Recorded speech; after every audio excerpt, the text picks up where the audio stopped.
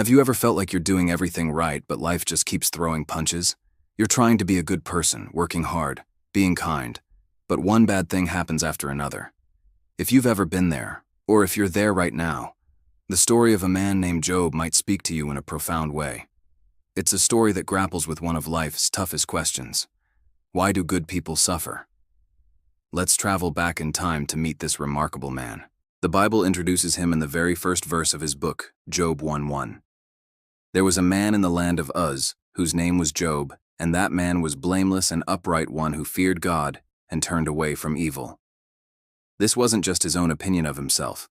Even God looked at Job and said, as we see in verse 8, "Have you considered my servant Job, that there is none like him on the earth, a blameless and upright man who fears God and turns away from evil?" So let's be clear. Job was the real deal.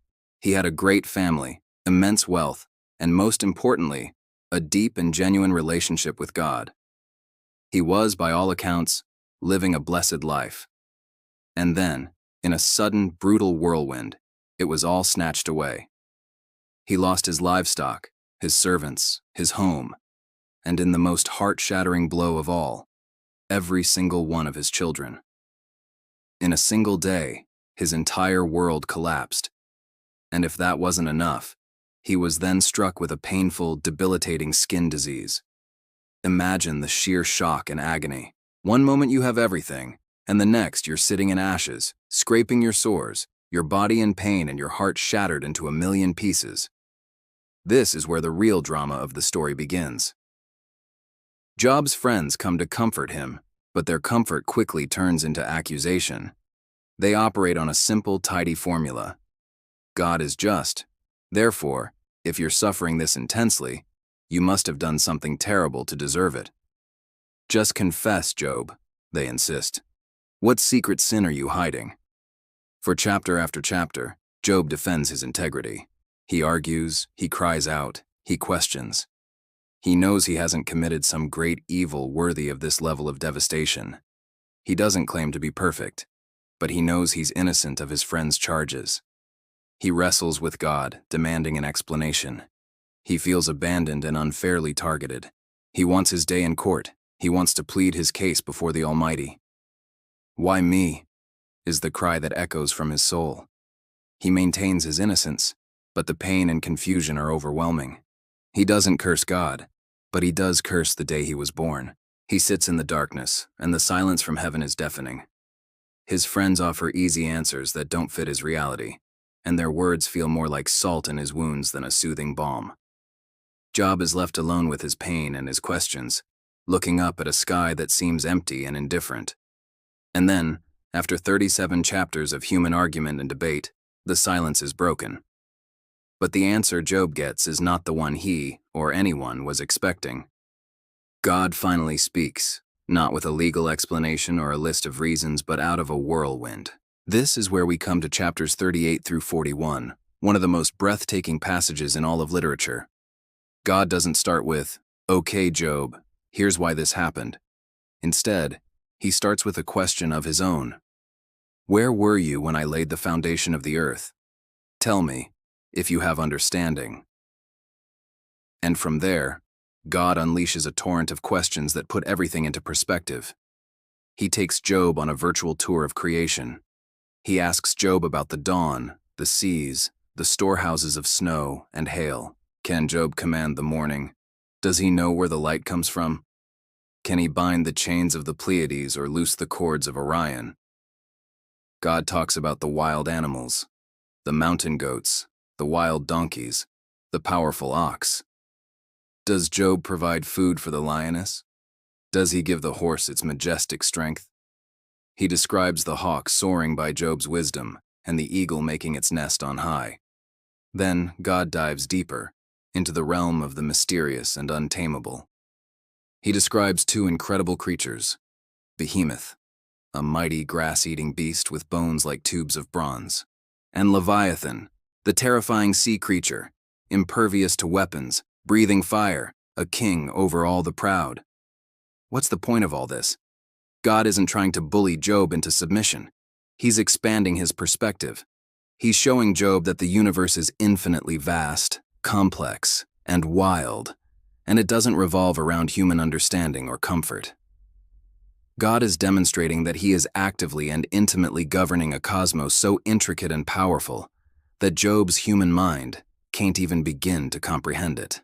The very questions God asks reveal that His wisdom is on a completely different plane. Job wanted a reason, but God gave him a revelation of who He is.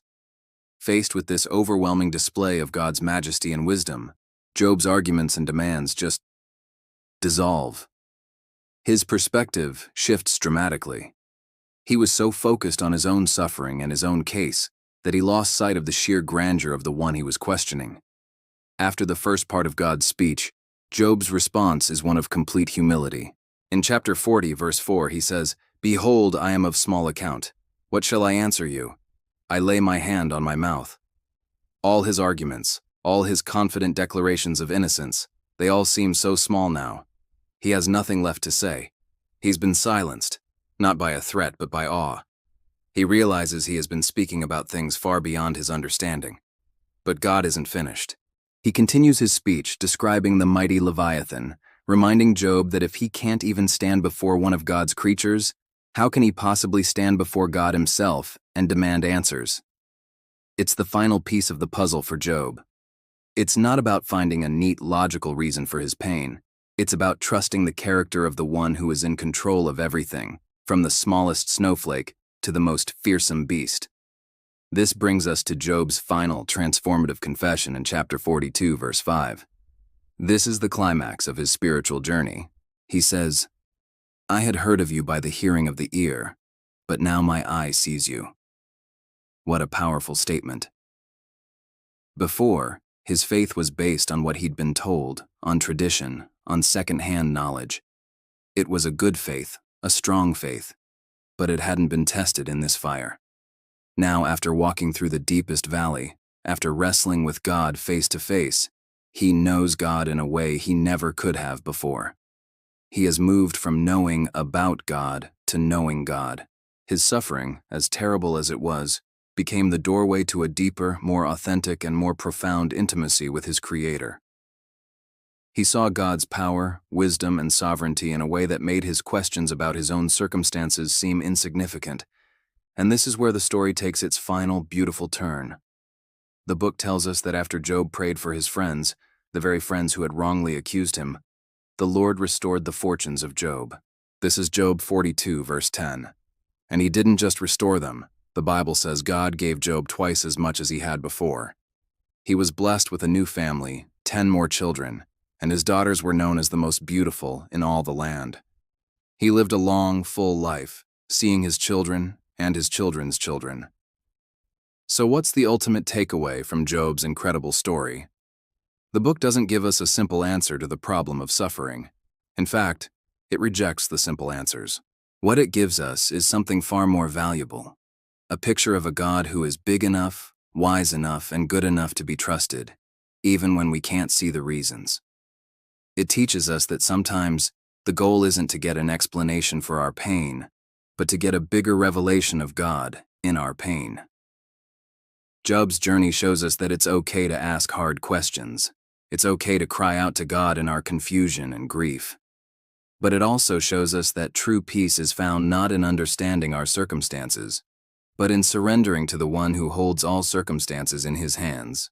Job's story is a timeless reminder that even in our darkest moments, God is present, He is sovereign, and He can use our deepest trials to bring us into a closer, more real relationship with Him than we ever thought possible. Thank you so much for joining me today to explore this powerful story.